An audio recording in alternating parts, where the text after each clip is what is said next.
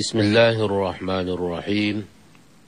Alhamdulillah wassalatu wassalamu ala Rasulillah wa ala alihi wa sahbihi wa man walah. Terima kasih Syafiq. Para pendengar rancangan Khazanah Ilmuwan yang saya muliakan. Syukur alhamdulillah kita sudah sampai ke siri yang ke-18. Dan kita sudah sampai kepada penghujung perbincangan tentang hakikat ghurur.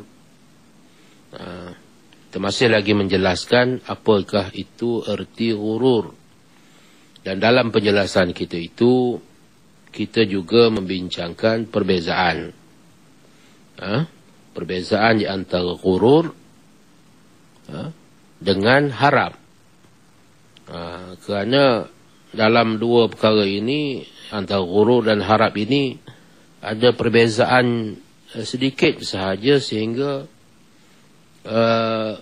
ramai orang yang tidak menyedarinya. Jadi bila dia tak sedar, dia sangka dia berharap kepada Allah.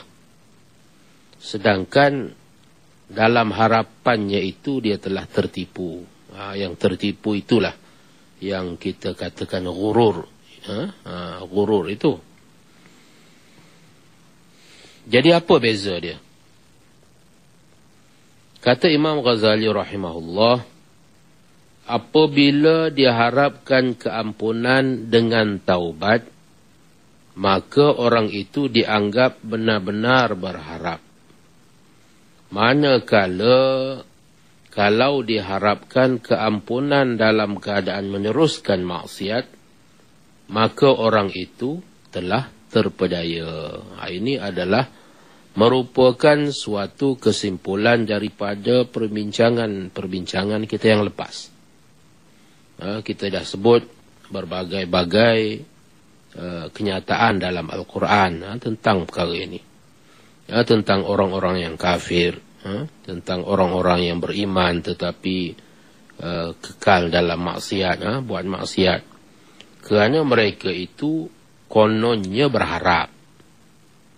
Berharap kepada apa? Berharap kepada keampunan Allah. Harap Allah Ta'ala akan ampunkanlah kalau buat salah sekalipun. Jadi, sedangkan kalau kita teliti kepada ayat-ayat Al-Quran, kepada sabda-sabda Rasul sallallahu alaihi wasallam, kita dapati yang diberikan keampunan itu adalah mereka yang buat salah tetapi bertaubat. Jadi kita berharap dengan taubat. Buat salah dan kita sedar kesalahan kita, kita berhenti daripada melakukan kesalahan itu, dan bertaubat kepada Allah Ta'ala, masa itulah baru sah kita katakan kita ni berharap. Tetapi kalau sekiranya berharap Allah Ta'ala ampunkan dosa, tetapi maksiat diteruskan macam biasa. Maksiat diteruskan macam biasa. Kalau begitu, maka orang itu telah terpedaya. Itu kata Imam Ghazali. Terpedaya. Kerana dia menyangka Allah Ta'ala akan ampunkan dosanya. Sedangkan kita nyatakan sebelum ini firman Allah, wa inni laghaffarul liman taba wa amana wa amila salihah thumma ihtada. Ini jelas ayat ini. Sesungguhnya aku amat memberi ampun. Ghaffar, bukan sahaja mengampun, sangat-sangat suka nak mengampunkan. Akan tetapi syaratnya apa? Kepada mereka yang bertaubat, liman taba wa amanah, dan mereka beriman. Bertaubat tidak beriman tak boleh, tak diterima. Wa amila salihah, kemudian dia melakukan amal salih. Beriman saja tak cukup, beriman serta beramal salih. Thumma ihtada, kemudian dia terus tetap teguh hidup berdasarkan kepada petunjuk. Mengikut petunjuk, mengikut Al-Quran, mengikut sunnah Rasul. Jadi kalau macam itu, barulah kalau dia berharap kepada keampunan Allah, maka harapan dia itu adalah harapan yang berasaskan kepada amal, berasaskan kepada iman, berasaskan kepada taubat. Tapi kalau sekiranya dia berharap semata-mata tanpa buat segala perkara yang kita sebutkan tadi, maka itu adalah harapan kosong. Harapan kosong. Jadi harapan kosong ini samalah dengan tipu daya. Orang yang tertipu, yang itulah yang kita maksudkan dengan ghurur. Ghurur. Bandingannya. Jadi kalau kita baca kitab ini, Imam Ghazali suka memberikan bandingan untuk memudahkan kefahaman. Bandingannya seorang yang sudah kesuntukan masa untuk pergi sembahyang Jumaat, sedangkan dia masih lagi berada di pasar. Masih berada di kedai, tak kiralah, masih berada di pejabat, masih berada di tempat lain. Jadi macam mana? Nak pergi sembahyang Jumaat, waktu dah suntuk, urusan masih belum selesai. Jadi apa dia nak buat? Lalu terlintas dalam fikirannya untuk segera ke masjid. Pergi masjid lah, tinggalkan urusannya dahulu. Pada masa itu syaitan berkata kepadanya, engkau takkan sempat sembahyang Jumaat. Kata syaitan, baiklah engkau terus berada di tempat engkau sekarang ni. Kalau berada di supermarket lah. Kalau berada di pasar lah. Di pejabat lah. Tempat-tempat lain pun sama. Kalau engkau pergi pun tak sempat, kata syaitan. Maka pada masa itu dia menafikan kata-kata syaitan itu. Dan dengan segera dia pergi. Suntuk masa pun dia berusaha cepat-cepat pergi. Dengan harapan, harap-harap, sempatlah ni. Harap-harap sempat. Pergi juga macam mana sekalipun. Harap-harap sempat. Maka dalam keadaan itu, kita anggap dia seorang yang benar-benar berharap. Benar-benar berharap. Tapi kalau sekiranya dia terus berjual beli, duduk situ lagi, dan dia berharap imam akan melambatkan sembahyang Jumaat kerananya. Ini pun satu penyakit. Hari ni imam lambat ni. Hari ni imam lambat ni. Mungkin imam tunggu kot. Biasa pukul berapa? 1:30 dah sembahyang. Dalam dekat-dekat pukul 2 dah sembahyang. Dia dekat-dekat pukul 2 tu masih lagi tak selesai dia punya jual beli tu. Tak selesai tugas dia. Hari ni 2:30 kot. Imam ada hal kot. Jadi dia berharap macam tu. Ataupun ada sebab-sebab lain. Hari ni mic kat masjid tu rosak kot. Jadi technician tengah duk repair ke, lambat sikit. Jadi kalau begitu, kalau begitu keadaannya, harapan yang macam itu, maka itu adalah harapan seorang yang terpedaya. Dia tidak berusaha untuk cepat-cepat pergi ke masjid. Dia berharap imam masjid tu melambat-lambatkan sembahyang, supaya nanti dia sempat. Itu bandingannya. Jadi kalau begitu keadaannya, maka orang ini dikatakan telah terpedaya. Inilah yang dikatakan ghurur. Kemudian ghurur, harap, tentang harap ni. Harap juga dikatakan berguna dalam keadaan yang kedua. Tadi keadaan yang pertama dalam keadaan orang yang melakukan dosa dan kesalahan serta dia bertaubat. Yang itu, harapan itu adalah harapan yang positif. Harapan itu adalah harapan yang tidak sia-sia. Harapan itu adalah harapan yang terpuji. Itu boleh. Harapan yang kedua adalah harapan seorang yang malas dalam mencari kelebihan amal dan berpuas hati dengan amalan fardu semata-mata. Jadi ada orang yang malas beramal dan dia hanya cukuplah sekadar apa yang ada ala kadar je. Sembahyang pun ala kadar. Amal ibadat lain pun sekadar yang wajib aja. Malas berusaha lebih daripada itu. Kerana apa? Kerana tak ada harapan. Dia tidak meletakkan harapan yang tinggi.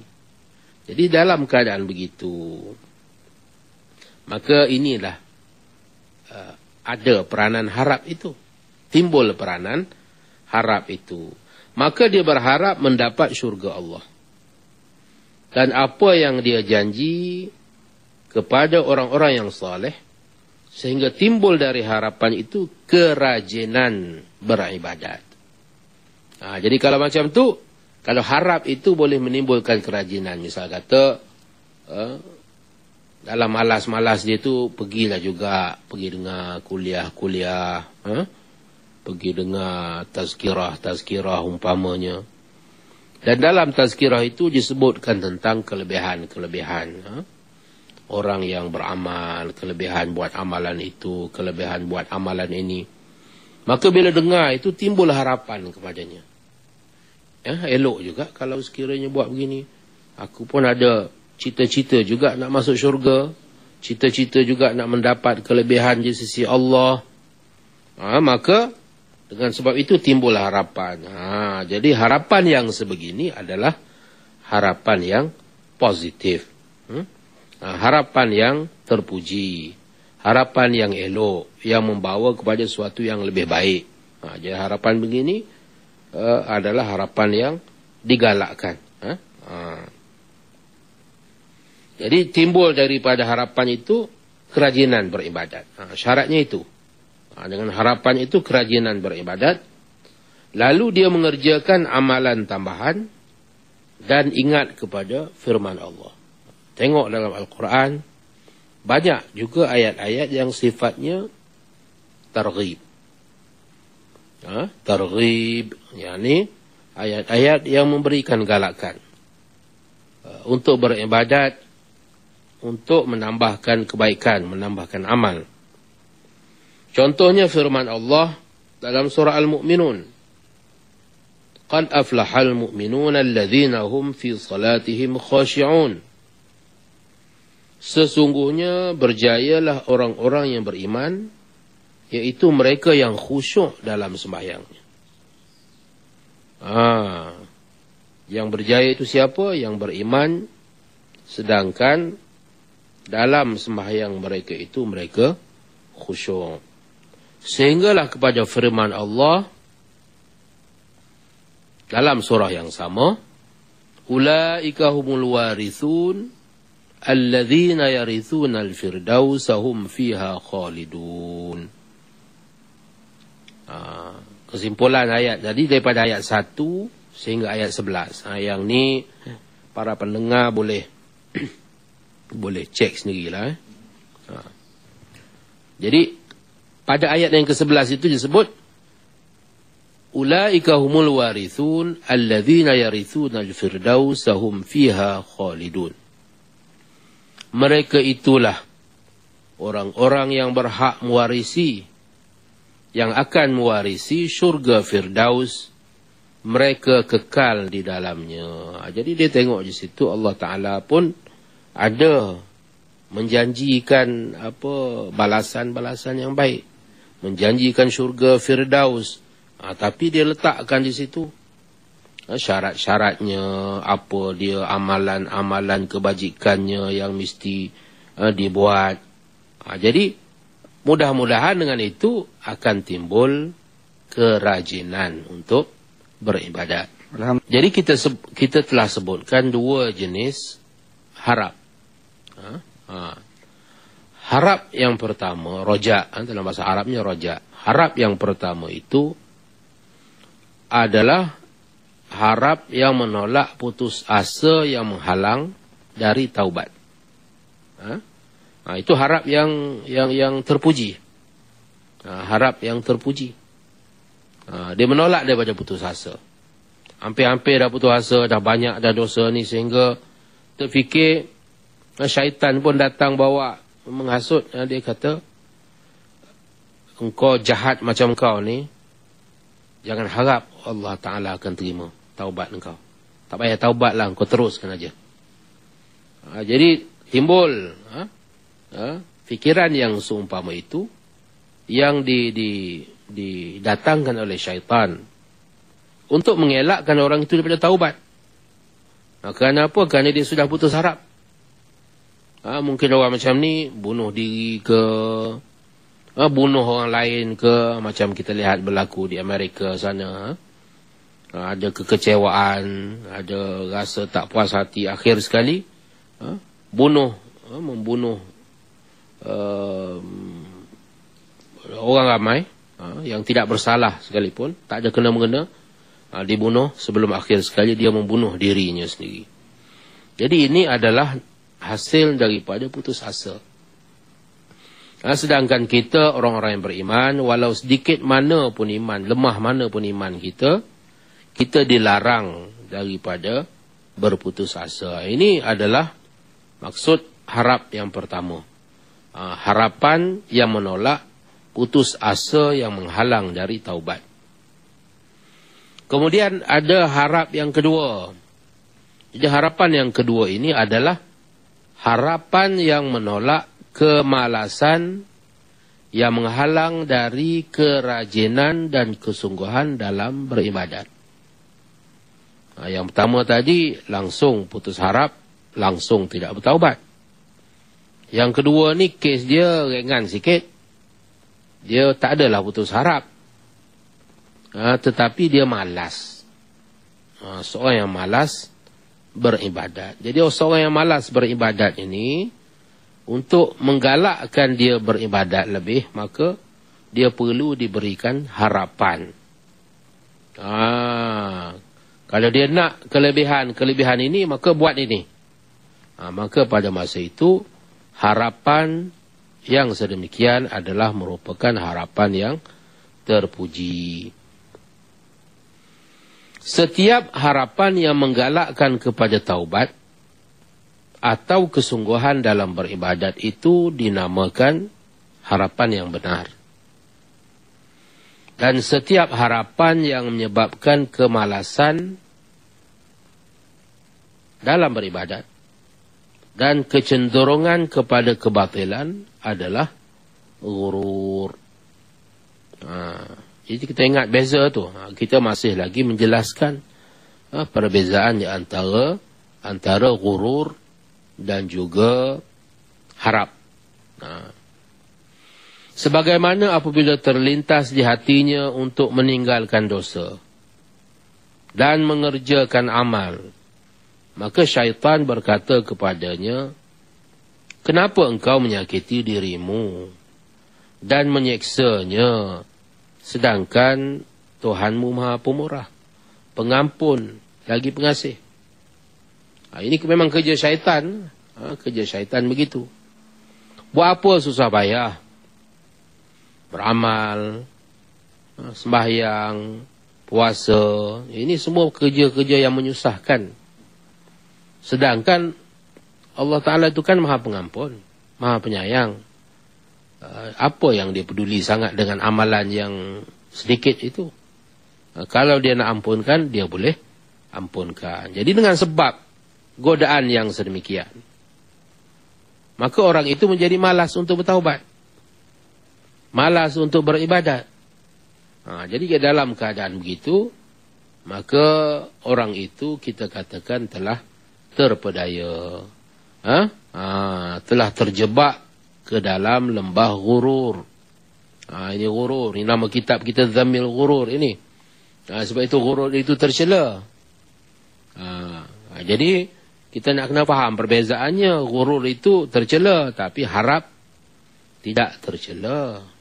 Raja, dalam bahasa Arabnya raja tidak tercela, dengan syarat dia bukan alasan untuk tidak bertaubat.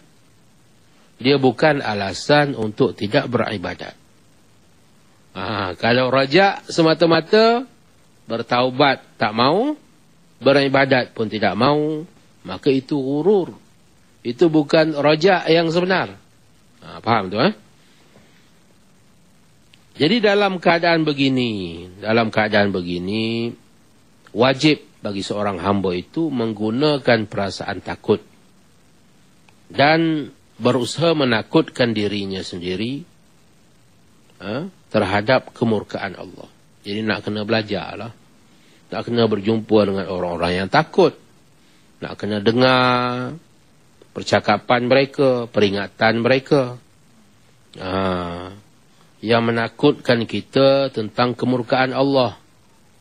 Yang menakutkan kita terhadap azab Allah. Dan mengingatkan kita bahawa Allah, walaupun dia ni Maha Pengampun, suka sangat mengampun dosa, suka sangat menerima taubat. Tetapi jangan lupa juga amaran dia bahawa dia ni pun keras. Allah Ta'ala ini juga amat keras apabila menghukum. Syadidul iqab. Dia Maha Pengampun, tapi dia juga Maha Penghukum. Walaupun dia Maha Pemurah, tetapi dia mengekalkan orang-orang kafir dalam neraka selama-lamanya. Dia sendiri yang sebut. Khalidina fiha abada.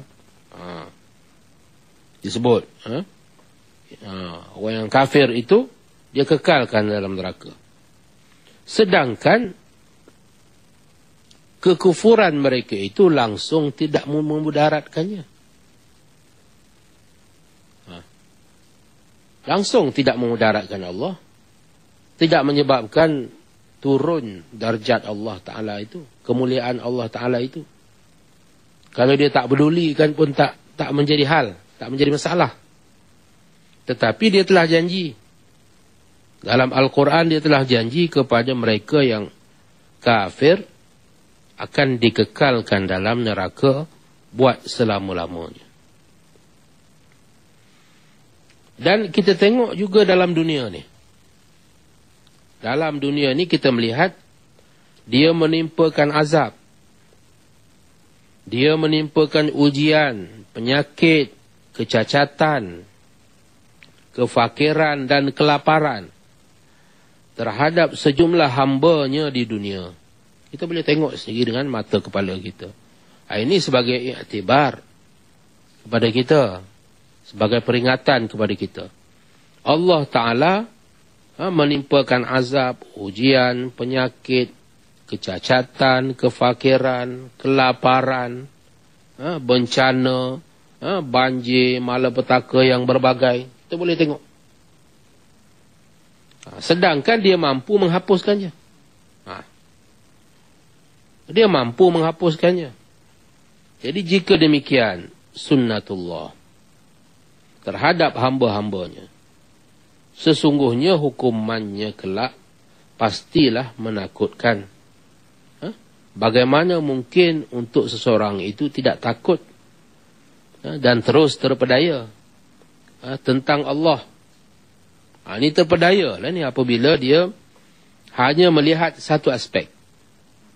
Aspek yakni sifat Allah Ta'ala yang jamal. Sifatnya yang indah, sifatnya yang lemah lembut, sifatnya yang pengampun, yang pemurah. Dia hanya melihat aspek itu.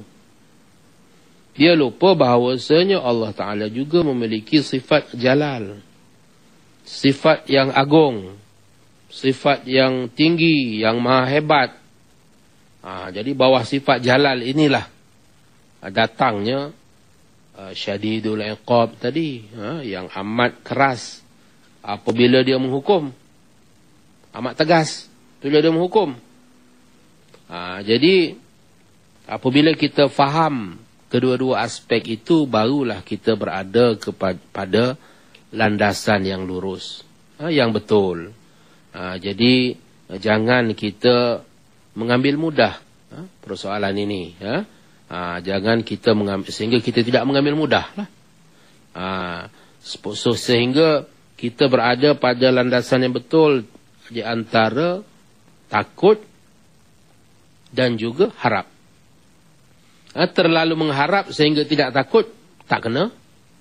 Terlalu takut sehingga hilang harapan, itu pun tak kena. Jadi orang-orang yang beriman itu kedudukannya di tengah. Yang dikatakan ummatan wasata ni, duduk di tengah. Dia harap kepada Allah, dia takut pun kepada Allah. Jadi orang yang kafir, orang Kristian umpamanya, jadi mereka memberatkan persoalan love ini. Persoalan roja, persoalan harap. Sehingga dia lupa kepada sifat yang satu lagi. Sifat Allah Ta'ala yang jalal itu, yang yang amat menakutkan itu. Jadi dengan sebab itu, maka mereka hanyut dalam kehidupan dunia, hanyut dalam maksiat, hanyut dalam kejahatan, kerana menyangka Allah Ta'ala akan mengampunkan mereka. Maka yang itulah yang kita maksudkan sebagai ghurur. Jadi kita orang Islam nak kena faham persoalan ini dengan baik. Bimbang dan harap adalah pemimpin dan pemandu yang menggalakkan manusia beramal. Yang tidak menggalakkan amal adalah angan-angan dan ghurur. Itu dua perkara yang berbeza. Bimbang dan harap dalam erti kata yang positif. Dalam erti kata yang positif yang kita sebutkan tadi. Itu pemimpin dan pemandu kepada kehidupan kita. Kerana ada bimbang, kerana ada harap itu, maka kita beramal. Kita jaga amalan kita, kita jaga akhlak kita, kita jaga tingkah laku kita. Tapi kalau seorang itu tidak menjaga akhlaknya, tidak menjaga batas-batas agamanya, sedangkan dia kata dia berharap kepada Allah, maka yang itu adalah merupakan angan-angan kosong. Yang itulah yang kita katakan sebagai ghurur. Harapan seluruh makhluk adalah penyebab kemalasan mereka. Penyebab mereka berkiblatkan dunia. Dan penyebab mereka berpaling dari Allah dan mengabaikan perjalanan menuju akhirat. Ini yang dikatakan harapan. Semua makhluk ni, apabila dia malas beribadat, apabila mereka ni cintakan dunia, berkiblatkan kepada dunia, dan mereka berpaling dari Allah, tak ingat kepada Allah, tak takut kepada Allah, dan tidak berusaha untuk mencari kelebihan di akhirat, maka yang demikian itu adalah ghurur. Jadi Rasulullah SAW sebagai penutup, Rasulullah SAW telah mengkhabarkan, menyebutkan dalam hadis Nabi dan hadis baginda SAW, bahawasanya ghurur akan menguasai hati-hati umat akhir zaman. Ini sudah disebut. Jadi akhir zaman ini ramai orang yang terjebak dalam ghurur ini, yang terpedaya ini. Jadi dengan sebab itulah maka Imam Ghazali rahimahullah mengarang khusus satu perbincangan tentang ghurur ini, bagi mengingatkan kita semua agar tidak terjebak. InsyaAllah kita akan sambung perbincangan kita tentang persoalan ini pada minggu hadapan. Aqulu qawli hadha wa astaghfirullahal azim. Wassalamualaikum warahmatullahi wabarakatuh.